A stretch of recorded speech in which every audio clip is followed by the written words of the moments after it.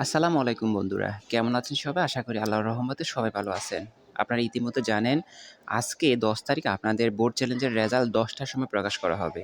এখন অনেকে জানেন কিভাবে রেজাল্ট বের করবেন কিন্তু অনেকেই জানেন না। তো আজকের ভিডিওটা আপনাদের জন্য। ভিডিওটা ইনশাআল্লাহ উপকারে আসবে। তো চলুন মূল কথাতে চলে যাই। বোর্ড চ্যালেঞ্জ রেজাল্ট দেখার জন্য আমরা আপনাদের ওয়েবসাইটে দেখাচ্ছি না। সহজ মাধ্যমে আপনারা কিভাবে মোবাইল দিয়ে বোর্ড চ্যালেঞ্জের রেজাল্ট বের করবেন সেই তথ্যগুলো দিচ্ছি। আপনারা চলে যাবেন মোবাইলের মেসেজ অপশনে। মেসেজ অপশনে যাওয়ার পরে আপনারা কি করবেন?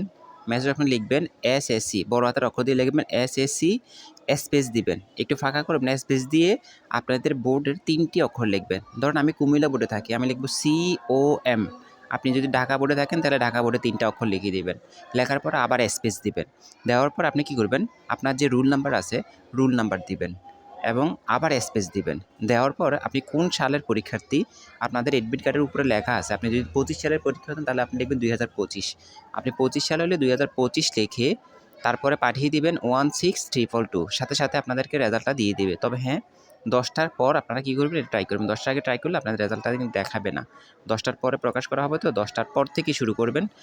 মোবাইলে কিন্তু দেওয়ার সাথে, সাথে রেজাল্ট দিয়ে দেয়। আর ওয়েবসাইটে কিন্তু ঢুকতে অনেক কষ্ট হয় কারণ সার্ভার ডাউন হয়ে যায়। তো আপনারা এই পদ্ধতি ট্রাই করেন, ইনশাআল্লাহ রেজাল্ট বের করতে পারবেন। তারপরে যদি বলি যে আপনাদের মাদ্রাসা বোর্ডে কীভাবে দেখবেন? মাদ্রাসা বোর্ডেও সেম একই রকম। আপনারা মাদ্রাসার প্রথমে লিখবেন দাখিল, স্পেস দিয়ে তারপর লিখবেন আপনারা বোর্ড নেম লিখবেন। কোন বোর্ড থেকে পরীক্ষা দিয়েছেন ওটা লিখবেন। তারপর আপনারা কী করবেন দেখেন, আমি আপনাদেরকে এখানে দেখিয়ে দিচ্ছি। আপনারা দেখবেন দাখিল, তারপরে লিখবেন মাদ্রাসা বোর্ড, MAD লিখবেন শুধু মাদ্রাসা বোর্ড। তারপরে আপনার রুল নাম্বার, তারপরে আপনি কত সালের পরীক্ষার্থী সে সাল দিবেন এবং পাঠিয়ে দিবেন 16322 এই নাম্বারে। ইনশাআল্লাহ সাথে, সাথে আপনাদের রেজাল্ট চলে আসবে। আপনারা এই পদ্ধতিতে রেজাল্ট দেখেন ২ মিনিটের মধ্যে আপনারা রেজাল্ট পেয়ে যাবেন। কিন্তু ওয়েবসাইটে কিন্তু সার্ভার অনেক ডাউন হয়ে যাবে কারণ সবাই একসাথে ট্রাই করবে, তো এর জন্য সার্ভার ডাউন হয়ে যেতে পারে।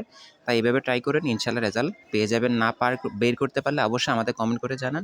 ইনশাআল্লাহ আমরা রেজাল্ট বের করে দেব।